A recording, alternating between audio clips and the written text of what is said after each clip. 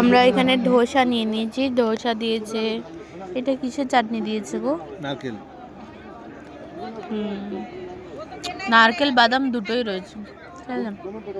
এখানে চাটনি দিয়েছে আর এটা হচ্ছে সাম্বার। এখানে আজকে স্টার্ট করে দিয়েছে ওর যেটা কাজ। কেমন লাগছে? ভালো কথা।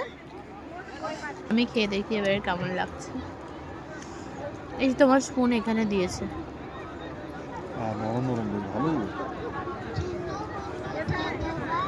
অ্যাকচুয়ালি একটু একটু ক্রাঞ্চি হলে ভালো লাগতো, একটুখানি ক্রাঞ্চি একটা নেই, কম। তো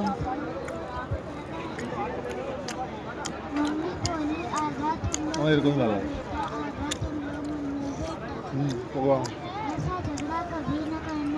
এমনিতে ভালো লাগছে, বাট একটুখানি ক্রাঞ্চি হলে আর একটু ভালো লাগতো। চলো বাই।